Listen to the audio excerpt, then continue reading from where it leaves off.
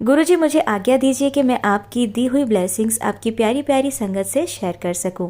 शुक्राना बारंबार गुरुजी। संगत जी, गुरुजी की शरण में हम लोग तो वैसे जन्मांतर से हैं, लेकिन इस जन्म में जो मेरी जर्नी उनके साथ शुरू हुई वह 2003 में हुई।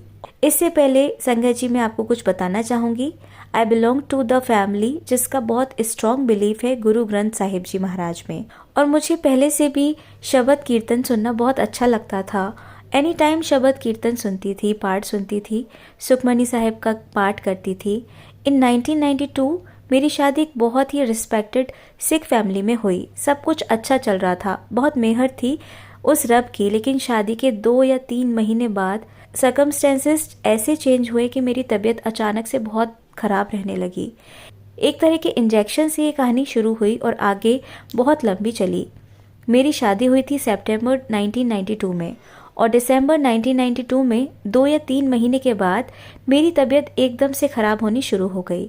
जो उसके बाद गुरुजी ने मुझे ब्लेस किया।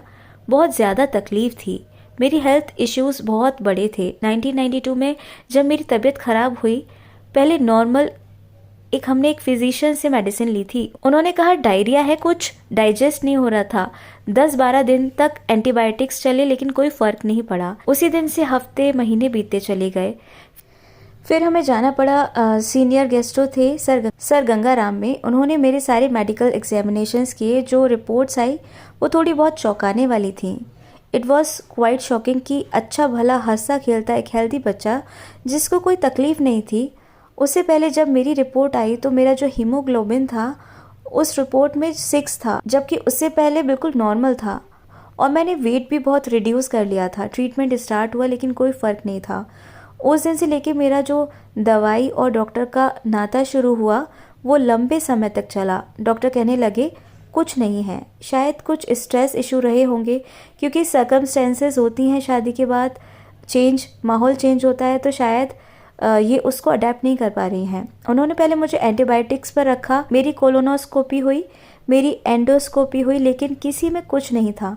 तो लास्ट में उन्होंने यही कह दिया कि इसको कोई स्ट्रेस इशू है। फिर उन्होंने मेरी एंटीबायोटिक्स जो 9 महीने चलते थे लेकिन कोई फ़र्क नहीं होता था, फिर उन्होंने मुझे स्टेरॉइड शुरू कर दिए। जब ये सब मेरे साथ हो रहा था उस टाइम मेरी उम्र सिर्फ 24 साल की थी।